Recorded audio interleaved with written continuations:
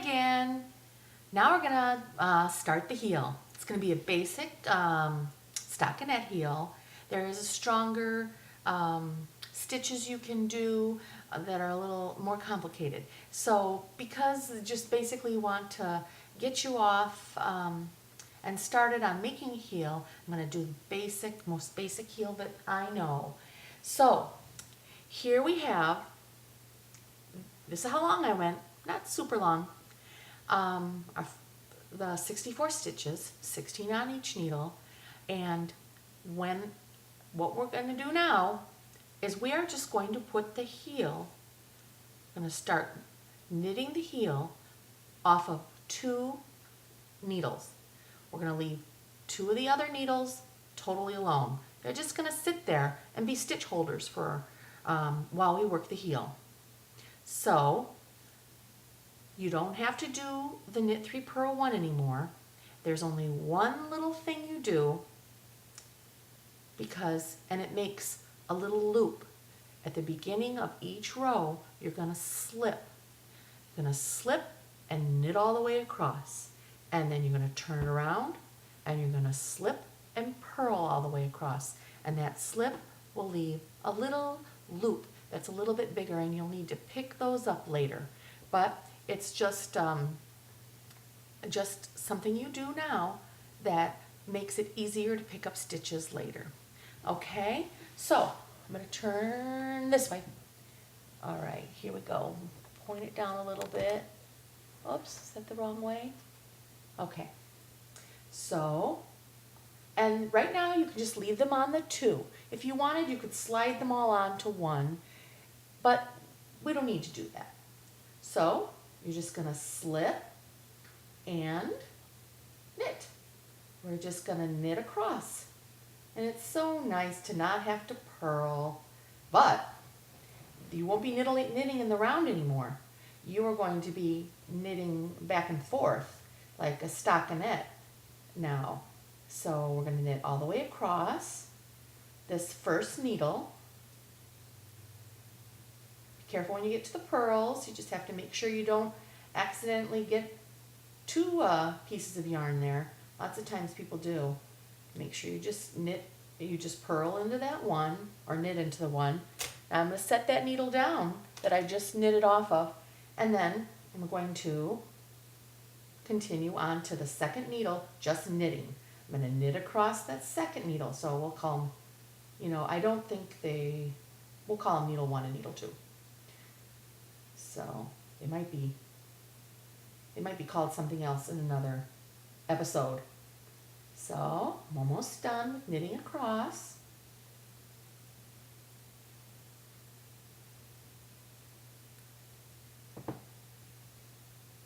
Almost done.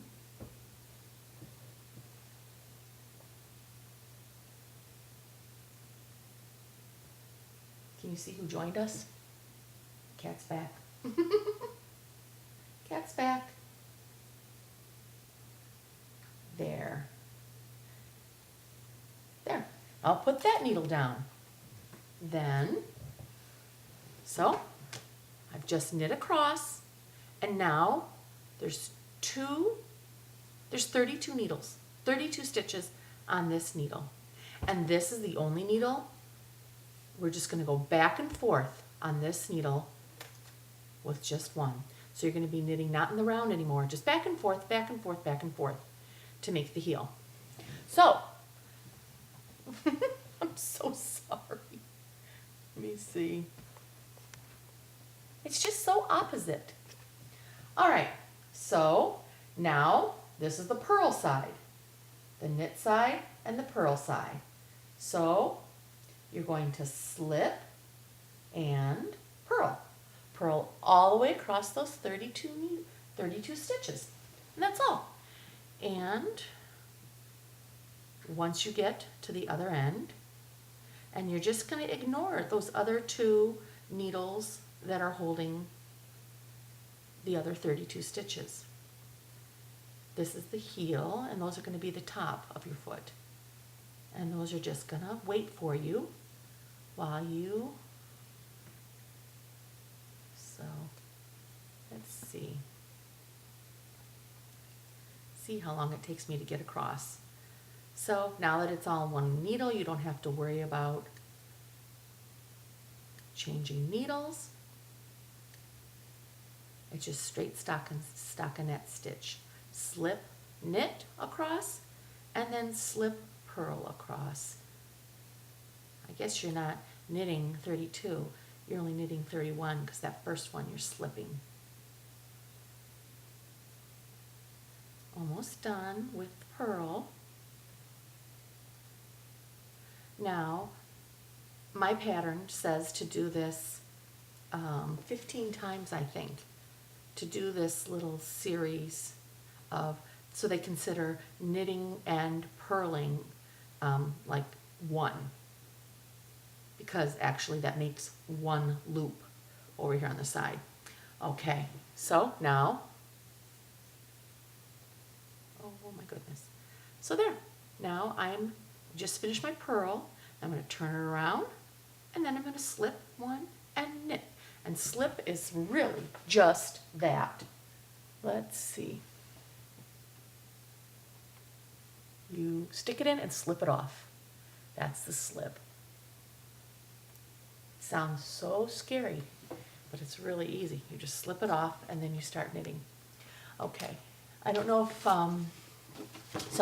so when you're reading your pattern, mine basically says slip one, knit, knit across, repeat across and turn. Slip one, purl 31. So that's all it does, and it says count the slip stitches on the right side. So when you're done, you'll count, you can see little loops. It's just bigger than a knit. It's like twice as big as a knit.